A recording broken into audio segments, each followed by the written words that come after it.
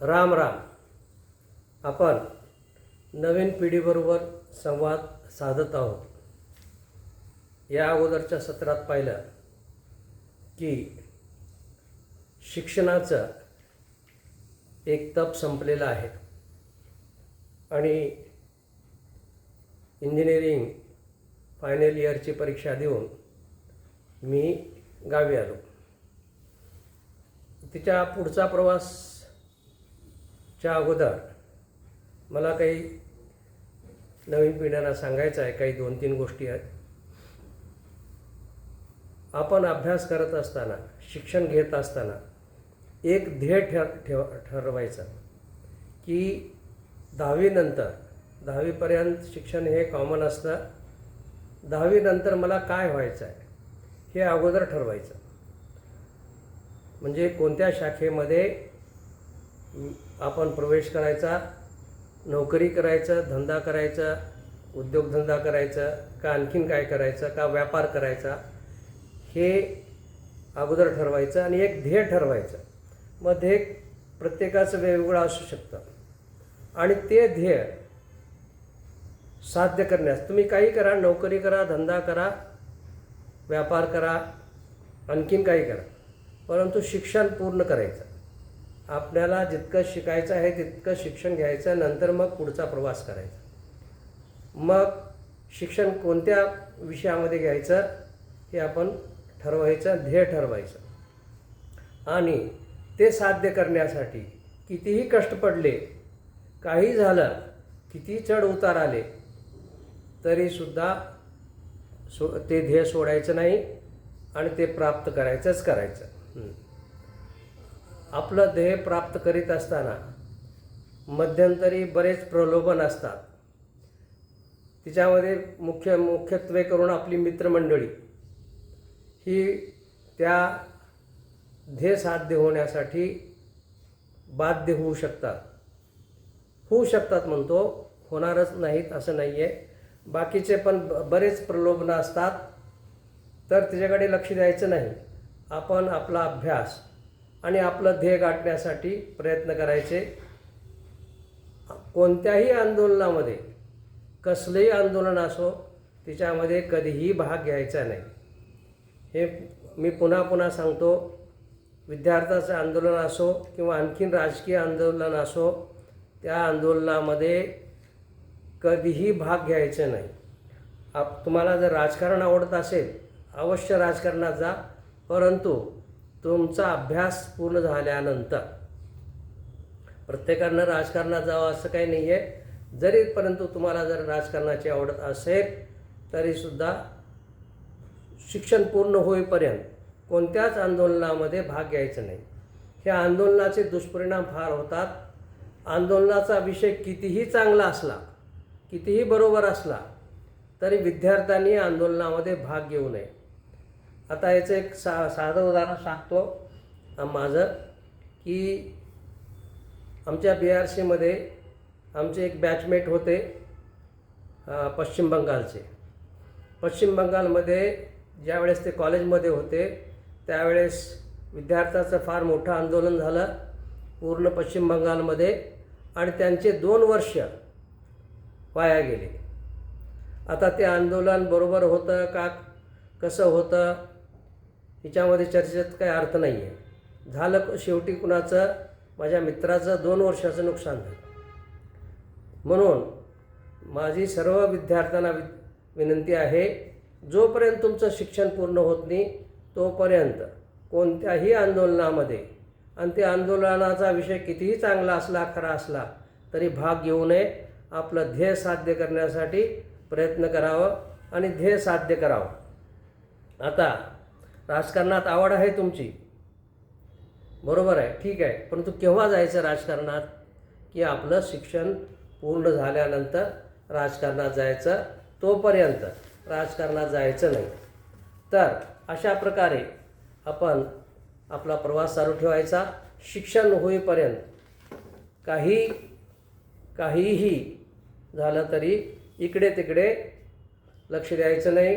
कितीही कष्ट पडले, काही झालं तरी त्याच्यावरती मात करायची पुस्तकं मिळत नाहीत, पुस्तक घ्यायला पैसे नाही आहेत, तरी शाळेच्या कॉलेजच्या लायब्ररीचा उपयोग करायचा, लायब्ररीमध्ये जाऊन अभ्यास करायचा, नोट्स काढायचे.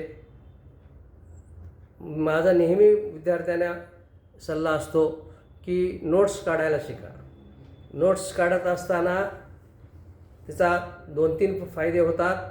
एक तर एखादा विषय जो असतो तो आपण 2-3 वेळेस वाचतो नोट्स काढते वेळेस, आणि मग तो विषय पक्का समजून घेतला जातो. दुसरं जे आहे की आपलं हस्ताक्षर जे आहे हे सुधारतं.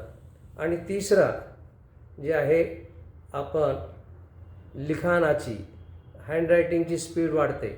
म्हणून बरेच विद्यार्थी म्हणतात आम्हाला येत होतं सगळं परीक्षेमध्ये, परंतु वेळ मिळाला नाही. त्याचं कारण तेच की हँडरायटिंगची स्पीड कमी असते. तर हे नोट्स काढण्याचे हे 2-3 फायदे आहेत. प्रत्येकाने नोट्स काढावं. काही पुस्तकं आपल्याकडे नसले तरी लायब्ररीतून पुस्तकं मिळतात. शिक्षक वर्ग, प्रोफेसर पण तुम्हाला मदत करतात. जसं मला बऱ्याच आमच्या प्रोफेसरनी मदत केली, त्यांची स्वतःची पुस्तकं मला दिली. तर पुस्तक नाही, पैसा नाही म्हणून शिक्षणमध्ये सोडू नये. काही कष्ट करायचे, परंतु आपलं ध्येय साध्य करायचं. आता आपण पाहिलं की अगोदरच्या सत्रामध्ये ही शेवटची या वर्षाची परीक्षा दिली, आणि देण्याच्या अगोदर जायकवाडी प्रोजेक्ट इथे सुपरिटेंडिंग इंजिनियरच्या ऑफिसमध्ये जाऊन नोकरीसाठी अर्ज दिला आणि गावी आलो. गावी आल्यानंतर गावी दुष्काळ होता, फार मोठा दुष्काळ त्यावेळेस होता. 2 वर्ष झाले होतं शेतामध्ये काही पिकलं नव्हतं. चहूकडे सरकारने कामं चालू केली होती. कुठे रस्त्याचं काम चालू आहे, कुठं विहिरीचे काम चालू आहे, कुठं तळ्याचं काम चालू आहे. आपल्या गावी जे हासुरीला गायमाळला जे तळं झालं त्या काळामध्ये चालू झालेलं होतं. अशा प्रकारचे पुष्कळ कामं सरकारने चालू केली होती. दुष्काळ फार मोठा होता. काही दिवसानंतर मला जायकवाडी प्रोजेक्ट जे आहे त्यांच्या ऑफिसमधून अपॉइंटमेंट लेटर आलं. म्हणजे ज्युनियर इंजिनियरची मला नोकरी लागली होती. फार आनंद झाला. दुष्काळ आहे, दुष्काळामध्ये नोकरी लागणं फार भाग्याची गोष्ट आहे. फार मदत झाली. नंतर मी जॉईन झालो. त्यावेळेस जायकवाडी प्रोजेक्टच्या कॅनलवरती माझी पोस्टिंग झाली होती. प्रोजेक्टचं काम चालू होतं आणि कॅनलचं पण काम चालू होतं. धरण बांधणे पण चालू होतं आणि कॅनलचं कन्स्ट्रक्शन पण चालू होतं. मग जायकवाडी प्रोजेक्टच्या डाव्या कॅनलवरती जालना तालुका, त्यावेळेस जालना जिल्हा नव्हता, जालना तालुक्यामध्ये हिवरा म्हणून एक गाव आहे, तिथे माझी पोस्टिंग झाली. तिथं जॉईन झालो. नंतर तिथं जॉईन झाल्यानंतर काही दिवसानंतरच पाऊस चालू झाला. पहिला पाऊस आला, दुष्काळानंतरचा पाऊस चालू झाला. मी विचार केला, जोपर्यंत आपल्याला आपली इलेक्ट्रिकलची नोकरी लागत नाही तोपर्यंत आपण हा सिव्हिलचा जॉब करायचा, काहीतरी आधार असायला पाहिजे. मग तिथे जालना तालुक्यामध्ये नोकरीला असताना माझे एक मित्र होते औरंगाबादचे, विजयकुमार जोशी म्हणून. आम्ही क्लासमेट होतो इलेक्ट्रिकल इंजिनिअरिंगला. त्यांचे भाऊ हैदराबाद बँकेमध्ये नोकरीला होते. त्यांचं एक घर होतं तिथे औरंगाबादला. मी त्यांच्या घरी अधूनमधून जायचं, चांगली ओळख होती. कधी कधी आम्ही दोघंही, विजयकुमार आणि मी, अभ्यास करायचं एकत्र. मग मी ठरवलं की आपण आता अर्ज करायचे आहेत. त्यावेळेस मग निकाल लागला आमचा इंजिनिअरिंगचा निकाल लागला आणि ठरल्याप्रमाणे आपला जो गिरीश राव आहे तो फर्स्ट आला आणि मी दुसरा आलो. तिसरा कोण आला ते आता आठवत नाही आहे, परंतु निकाल लागला होता. मग आता आपलं इलेक्ट्रिकल जॉबसाठी अप्लाय करायचं. मग मी काय करायचं, शनिवारी संध्याकाळी औरंगाबादला यायचं, विजयकुमारच्या घरी राहायचं. विजयकुमार काय करायचा, पूर्ण आठवड्याचे जाहिरात आलेले, पेपरमध्ये जाहिरात आलेले कटिंग एकत्र करायचं. मग रविवारी आम्ही बसून अर्ज करायचे, हातानंच अर्ज लिहायचा आणि पाठवून द्यायचं. मग करस्पॉन्डन्स ॲड्रेस हा मी तिथलाच दिला, औरंगाबादचाच दिला, कारण आता गावाचा करस्पॉन्डन्स देऊन का उपयोग नव्हता. मग तिथलाच विजयकुमार जोशीच्या घरचा पत्ता दिला आणि दुसऱ्या दिवशी रविवारी आम्ही ते काम करायचं पूर्ण. तोही अर्ज करायचा, मी अर्ज करायचा आणि मग रविवार संपला, सोमवारी सकाळी आणखीन हिवऱ्याला परत कामावरती रुजू. असा कार्यक्रम चालू झाला. BRCची ॲडव्हर्टाईजमेंट आली होती. BRCचा ॲडव्हर्टाईजमेंटला अर्ज केला. ट्रेनिंग होती 1 वर्षाची आणि 1 वर्षाच्या ट्रेनिंगनंतर मग पोस्टिंग होती, क्लास 1 पोस्टिंग. त्यावेळेस अर्ज केला. मग काही दिवसानंतर कॉल आला, इंटरव्ह्यूसाठी कॉल आला. म्हणजे नशीब म्हणायचं की BRCच्या अशा प्रेस्टिजियस संस्थेमध्ये आपल्या एक सामान्य मनुष्य, सामान्य शेतकऱ्याचा मुलाला अर्ज यावा नोकरीसाठी. म्हटलं फार आनंद झाला. नंतर मग इंटरव्ह्यू दिला. आता मी सविस्तर वर्णन करत नाही आहे, इंटरव्ह्यूच्या वेळेसची बरीच कथा आहे, परंतु ती सांगत बसत नाही आता. तर इंटरव्ह्यू झाला. नंतर मी परत वापस आलो. आणखीन मग दुसरे 2-3 ठिकाणी मला सिमन्स म्हणा किंवा LIT म्हणा, आणखीन BHEL अशा प्रकारे अर्ज करत गेलो. मग काही दिवसानंतर काय झालं की BRCची अपॉइंटमेंट लेटर आली. अपॉइंटमेंट लेटर आल्यानंतर काही जास्त दिवस नव्हते जॉईन होण्यासाठी, 3-4 दिवसच होते. मग विजयकुमारचा भाऊ स्वतः तो लेटर घेऊन हिवऱ्याला आला. त्यावेळेस इतका पाऊस चालू होता. आता 3-4 किलोमीटर काही ST पण येत नव्हते, तो चालत आला पावसामध्ये. एवढ्या मोठ्या पावसामध्ये विजयकुमारचा भाऊ माझं अपॉइंटमेंट लेटर घेऊन हिवऱ्याला चालत आला. एवढी माया त्यांची माझ्यावरती. मग त्याने सांगितलं, काही कर, आता मी जातो वापस आणि तू उद्या रिलीव्ह होऊन औरंगाबादला ये आणि तिथून मग मुंबईला जा. मग विजयकुमारचे भाऊ वापस आले औरंगाबादला. मी आमच्या सरांना भेटलो, आमच्या साहेबांना भेटलो, डेप्युटी इंजिनियरना. त्यांना दाखवलं की असं असं लेटर आलेलं आहे आणि मला रिलीव्ह करा. त्यावेळेस 2.5-3 महिने जवळजवळ नोकरी झाली होती आणि पगार पण झाला नव्हता.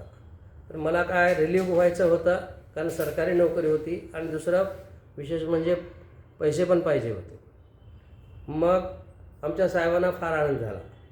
ते डेप्युटी इंजिनियर, ते जरी क्लास 2 होते, मला क्लास 1ची पोस्ट मिळाली होती. हे म्हणजे तिथल्या एक्झिक्युटिव्ह इंजिनियरच्या लेवलची पोस्ट डायरेक्ट मला 1 वर्षानंतर मिळणार होती. त्यांना पण फार आनंद झाला. ते म्हणाले की मी तुला इथून रिलीव्ह करू शकत नाही आणि पगार इथं देऊ शकत नाही, तुला इथून मी एक लेटर देतो, तू एक्झिक्युटिव्ह इंजिनियरच्या ऑफिसमध्ये जा औरंगाबादला, तिथं तुला रिलीव्ह करतील आणि पैसे पण देतील. मग दुसऱ्या दिवशी सकाळी निघालो. दुसऱ्या दिवशी मला म्हणण्यापेक्षा दुसऱ्या दिवशीच निघालो. लेटर घेतलं त्यांचं आणि औरंगाबादला पोहोचलो. मग विचार केला मी की एक्झिक्युटिव्ह इंजिनियरच्या साहेबाच्या डायरेक्ट ऑफिसमध्ये न जाता पत्ता काढत त्यांच्या घरी गेलो. घरी जाऊन त्यांना पूर्ण परिस्थिती सांगितली. साहेब फार चांगले होते, त्यांनी ओळखलं, परिस्थितीचं गांभीर्य ओळखलं आणि ते म्हणाले की तू उद्या ये, तुला मी रिलीव्ह करतो आणि पगार पण देतो. साहेबांना ते सांगितलं, साहेब माझ्याकडे पैसा नाही आहे मुंबईला जाण्यासाठी, तर मला एक रिलीव्ह करा आणि दुसरा पैसा द्या. मग दुसऱ्या दिवशी मी त्यांच्या ऑफिसमध्ये गेलो. त्यांनी सरकारी नियमाप्रमाणे मला रिलीव्ह केलं आणि 2.5 महिन्याचा पगार पण दिला. त्याच संध्याकाळी मग रेल्वेने मी मुंबईला आलो आणि मुंबईला येऊन दुसऱ्या दिवशी ट्रेनिंग स्कूलमध्ये जॉईन झालो. अशा प्रकारे माझा पुढचा प्रवास चालू झालेला आहे. इंजिनिअरिंग संपल्यानंतर भाग्याने म्हटलं तरी चालेल किंवा आईवडिलाचे आशीर्वाद, पूर्वजाचे आशीर्वाद, त्याच्यामुळं मला BRCमध्ये पहिलं 1 वर्ष ट्रेनिंग आणि एक ट्रेनिंग संपल्यानंतर मग वेगवेगळ्या ठिकाणी पोस्टिंग झालं. तारापूर, नंतर काकरापारा, गुजरातमध्ये काकरापारा आहे. आणि शेवटी रिटायरमेंट होण्याच्या अगोदर 10 वर्ष मी मुंबईला हेड ऑफिसमध्ये डिझाईनमध्ये सर्व्हिस केली. याचा बराच फायदा झाला. शेवटी म्हणजे अणुभट्टीचं मेंटेनन्स, कन्स्ट्रक्शन आणि डिझाईन अशा प्रकारे प्रवास झालेला आहे. तर इथं मी माझं हे जे पर्व झालेलं आहे अभ्यासाचा आणि माझा जो अनुभव आहे तो आता इथं संपवत आहे. आणखीन काही गोष्टी सांगणार आहे. फार महत्त्वाच्या गोष्टी आहेत. त्या प्रत्येक नवीन पिढीने यांच्यावरती विचार करावा. मी म्हणणार नाही की तुम्ही हे फॉलो करा, विचार करा आणि मग तशा प्रकारे वागण्याचा प्रयत्न करावा. अवश्य फायदा होईल. जय सियाराम.